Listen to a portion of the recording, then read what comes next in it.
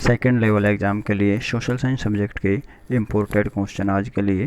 पहला क्वेश्चन है, तंती मोमिन और देवंग समुदाय खलिस्तान में लगे हुए थे। पहला ऑप्शन है लकड़ी के काम में, दूसरा ऑप्शन है बर्तन बनाने के काम में, तीसरा ऑप्शन है चमड़े के काम में, चौथा ऑप्शन है बुनने के काम में।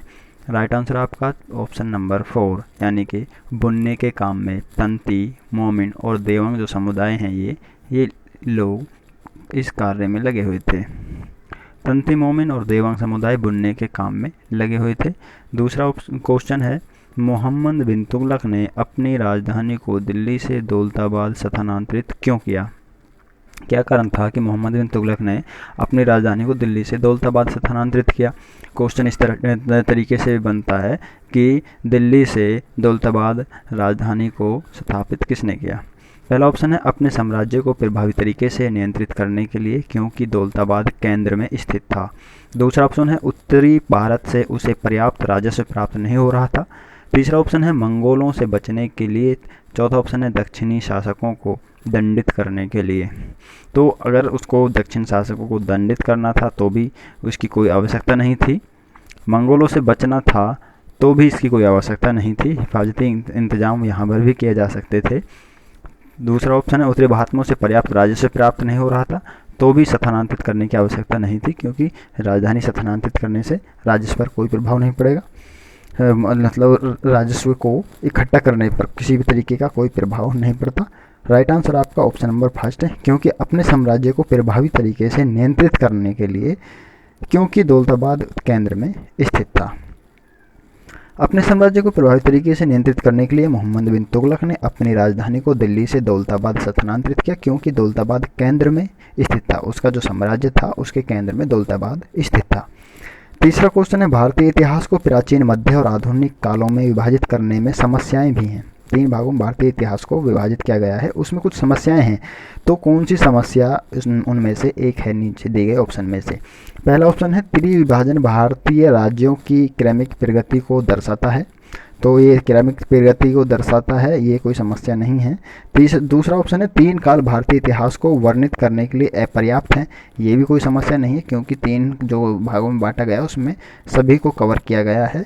तीसरा ऑप्शन है यह संकल्पना पश्चिम से ली गई है, जहां आधुनिक काल विज्ञान, तर्कना, लोकतंत्र, स्वतंत्रता और समानता से संबंधित है। तो यहाँ पर जो भारत के जो इतिहास को 3 भागों में बांटा गया है, वहाँ पर जो आधुनिक जो काल है उसमें थोड़ा मतभेद है, क्योंकि यह संकल्पना पश्चिम से ली गई है और पश्चिम में क्या है कि आधुनिक काल विज्ञान और तर्कना और लोकतंत्र और स्वतंत्रता और समानता से संबंधित है। चौथा ऑप्शन है भारतीय इतिहास में प्राचीन काल और मध्यकाल तथा मध्यकाल और आधुनिक काल में अंतर की स्पष्ट रेखाएं प्रतीत होती हैं। तो आपका राइट आंसर होगा यहाँ पर ऑप्शन नंबर 3। भारतीय इतिहास को प्राचीन, मध्य और आधुनिक कालों में विभाजित करने में समस्याएं भी हैं। यह संकल्पना पश्चिम से ली गई है, क्योंकि वहाँ आधुनिक काल का संबंध विज्ञान, तर्कना, लोकतंत्र, स्वतंत्रता और समानता से है। तो इस तरीके से यहाँ के आधुनिक काल और जब पश्चिम से जो संकल्पना ली गई उसके आधुनिक काल को देखें तो उसमें डिफरेंस दिखाई देता है, और यही समस्या है। चौथा क्वेश्चन है, ईस्ट इंडिया कंपनी ने 1651 में पश्चिम बंगाल में हुगली नदी के किनारे फैक्ट्री स्थापित की, किस लिए की?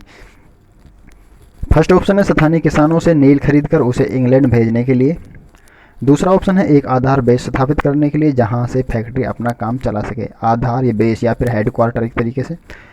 तीसरा ऑप्शन है इंग्लैंड को निर्यात करने हेतु सूती कपड़ों के उत्पादन के लिए। चौथा ऑप्शन है मसालों को खरीदकर इंग्लैंड भेजने के लिए। तो आपका राइट आंसर है ऑप्शन नंबर 2 यानी कि एक आधार बेस स्थापित करने के लिए जहां से फैक्ट्री अपना काम चला सके, यानी कि कह सकते हैं एक head plant. East India company ने सन 1651 में बंगाल में हुगली नदी के किनारे एक फैक्ट्री स्थापित की थी। ये ध्यान रखना कि सन 1651 में की थी, जिसका उद्देश्य था आधार स्थापित करना जहां से फैक्ट्री अपना काम चला सके तथा कंपनी का विस्तार तेजी से हो सके, कंपनी का विस्तार हो सके और कार्य सुचारू रूप से चल सके। पांचवा क्वेश्चन है, ईस्ट इंडिया कंपनी ने मुख्य रूप से बंगाल से दीवानी राजस्व का उपयोग किया। जो दीवानी राजस्व आता था ईस्ट इंडिया कंपनी को, तो उसका उपयोग कहाँ पर किया? फर्स्ट ऑप्शन है पुल और सड़कें बनाने में। दूसरा ऑप्शन है स्कूल, कॉलेज और विश्वविद्यालय बनाने में। तीसरा ऑप्शन है भारत में सूती और रेशमी कपड़ों को खरीदने में। चौथा ऑप्शन है ब्रिटेन में इनके क्षीयमान भंडारों की भरपाई करने के लिए, सोने और चांदी के भंडारों को संचित करने के लिए। राइट आंसर आपका ऑप्शन नंबर 3 यानी कि जो ये राजस्व आता था वहाँ पर ईस्ट इंडिया कंपनी को इसको उसने भारत में सूती और रेशमी कपड़ों को खरीदने के लिए उपयोग किया था। इसको दीवानी राजस्व बोला जाता था। ईस्ट इंडिया कंपनी ने मुख्य रूप से भारत में सूते और रेशमी कपड़ों को खरीदने के लिए बंगाल से दीवानी राजस्व का उपयोग किया था। छठा क्वेश्चन है, यदि अहमदाबाद 72 डिग्री 30 ईस्ट सेंटर पर स्थित है तो अहमदाबाद का स्थानीय समय क्या होगा यदि भारतीय मानक समय 8 पर आते हैं, यानी 8 बजे हैं भारत में, भारत का जो मानक समय है वहाँ पर 8 बजे हैं सुबह के, जबकि अहमदाबाद 72 डिग्री 30 ईस्ट पर स्थित है। तो हमको पता है भारत हमारा कहाँ पर स्थित है, तो उसमें से जो भारत जो हमारा स्थित है उसमें से इस 72 डिग्री 30 को लेस करेंगे और 1 डिग्री बराबर 4 मिनट का होता है। इस तरीके से इस टाइम का डिफरेंस निकालेंगे तो राइट आंसर आपका आएगा ऑप्शन नंबर फर्स्ट, यानी 7:20 होगा। देखते हैं इसका सॉल्यूशन। भारत का मानक समय इलाहाबाद के समीप नैनी गांव से 82 डिग्री 30 से लिया गया है। अतः अहमदाबाद तथा भारतीय मानक समय यानी 82 डिग्री 30 और माइनस जो अहमदाबाद का दिया गया है 72 डिग्री 30, उसका डिफरेंस हम करते हैं तो 10 डिग्री आएगा और 1 डिग्री जो देशांतर होता है वो आपका 4 मिनट के बराबर होता है, तो 10 डिग्री देशांतर होगा 40 मिनट के बराबर। तो भारत में उस समय 8 बजे हैं, तो जब वहाँ पर अहमदाबाद में हम देखेंगे, अहमदाबाद इलाहाबाद जो पूर्व में स्थित है वहाँ पर दिया गया है वैसे भी 72 डिग्री 30 ईस्ट। तो जब ये अहमदाबाद इलाहाबाद से जब ये पूर्व में स्थित है तो इसमें से हम 40 मिनट को लेस करेंगे, इसलिए अहमदाबाद में से समय होगा आपका 8 बजे में से 40 मिनट जब लेस करेंगे तो 7:20 अहमदाबाद में बजेंगे। उस समय भारत में 8 बजेंगे, भारत के कहाँ पर, यानी कि इलाहाबाद में। निम्नलिखित में से 7वां क्वेश्चन है, निम्नलिखित में से किस सुल्तान ने अनाज को शहर के बाजारों में भेजने के लिए बंजारों का प्रयोग किया था। यानी बंजारे होते थे वो अनाज को शहरों में लेकर के जाते थे और वहाँ जिनको आवश्यकता होती थी उनके लिए अनाज पहुँचाते थे और इस तरीके से क्या था कि उनके लिए सस्ता अनाज उपलब्ध होता था। तो पहला ऑप्शन है अलाउद्दीन खिलजी, दूसरा ऑप्शन है फिरोज शाह तुगलक, तीसरा ऑप्शन है मोहम्मद बिन तुगलक और चौथा ऑप्शन है बलबन। आपका राइट आंसर होगा ऑप्शन नंबर फर्स्ट, यानी अलाउद्दीन खिलजी के समय में क्या थे, बंजारे अनाज लेकर जाते थे। अलाउद्दीन खिलजी एक कुशल प्रशासक था, उसने मूल्य नियंत्रण के लिए विभिन्न उपाय लागू किए थे। इसके अतिरिक्त भी और उपाय उन्होंने किए थे मूल्य को नियंत्रित रखने के लिए, यानी महंगाई को नियंत्रित रखने के लिए। वो एक कुशल शासक था जो अलाउद्दीन खिलजी था, जिसमें अनाज को शहर के बाजारों में भेजने के लिए बंजारों का प्रयोग ये प्रमुख था। उनमें से जो उसने उपाय किए थे कीमत को नियंत्रित करने के लिए, उनमें से ये सबसे प्रमुख था बंजारों का अनाज लेकर जाए। इससे सबसे अधिक क्या था, महंगाई कम हुई थी। 8वां क्वेश्चन है बीदरी क्या था। पहला ऑप्शन है 8वां क्वेश्चन बीदरी क्या था। पहला ऑप्शन है 8वें क्वेश्चन का बीदर में उत्पादित सूती कपड़े का एक प्रकार। दूसरा ऑप्शन है बीदर में उत्पादित तांबे के बर्तनों का एक प्रकार। तीसरा ऑप्शन है बीदर के शिल्पकारों द्वारा तांबे और चांदी में किया गया जड़ाऊ काम। चौथा ऑप्शन है बीदर में उत्पादित रेशमी कपड़े का एक प्रकार। तो बीदर ये एक जगह का नाम है, तो वहाँ पर जो बीदर थी, बीदर जो स्थान था, वहाँ पर जो शिल्पकार थे वो तांबे और चांदी में क्या था, जड़ाऊ कार्य करते थे। एक तरीके से आभूषण पे जिस तरीके से जड़ाऊ कार्य होते हैं इसी तरीके से वो जड़ाऊ कार्य करते थे, तो उसी को बीदरी कहा जाता था। उस स्थान के नाम पर ही उसको बीदरी कहा जाता था, क्योंकि वहीं के कारीगर इस कार्य को करते थे। बीदर के दस्तकारों द्वारा तांबे और चांदी में की जाने वाली आकर्षक शिल्पकारी को बीदरी कहा जाता था।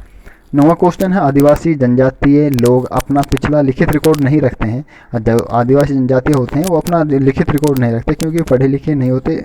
तो वर्तमान के इतिहासकार आदिवासी इतिहास को कैसे लिखेंगे या फिर कैसे लिखते हैं। पहला ऑप्शन है प्राकृतिक परंपराओं का प्रयोग करके, दूसरा ऑप्शन है आदिवासी पौराणिक कथाओं का प्रयोग करके, तीसरा ऑप्शन है पुरातत्वीय स्रोतों का प्रयोग करके, चौथा ऑप्शन है वाचिक परंपराओं का प्रयोग करके। आपका राइट आंसर होगा ऑप्शन नंबर 4, यानी वाचिक परंपराओं का प्रयोग करके आधुनिक पत्रकार उनके इतिहास को लिखते हैं। आधुनिक इतिहासकार आदिवासी जनजाति लोगों का इतिहास लिखने के लिए वाचिक परंपरा का प्रयोग करते हैं। 10वां लास्ट क्वेश्चन आज के लिए, पित्रा ड्योरा क्या था या फिर क्या थी। पहला ऑप्शन यूनानी देवता था, दूसरा ऑप्शन सबसे लास्ट में दिया गया है धात्विक की तकनीक थी, तीसरा ऑप्शन भवनों को सजाने की एक शैली थी, चौथा ऑप्शन है उत्तराधिकार की भूमिका। आपका राइट आंसर है ऑप्शन नंबर 3, यानी भवनों को सजाने की शैली थी पित्रा ड्योरा। भवनों को सजाया जाता था जिस शैली से, उस शैली का नाम पित्रा ड्योरा था। पित्रा ड्योरा भवनों को सजाने की एक शैली है जिसे दक्षिण एशिया में प्राचीन केरी के नाम से जाना जाता है, और इस शैली को दक्षिण एशिया में क्या है, केरी के नाम से जाना जाता है। प्राचीन केरी के नाम से जाना जाता है, जो पत्थरों पर चित्र बनाए या नक्काशी करने से संबंधित है। और ये जो शैली है ये पत्थरों पर चित्र बनाना और उन पर नक्काशी करना, उनमें डिजाइन बनाना, ये इससे संबंधित है। ये तो 10 क्वेश्चन आज के लिए।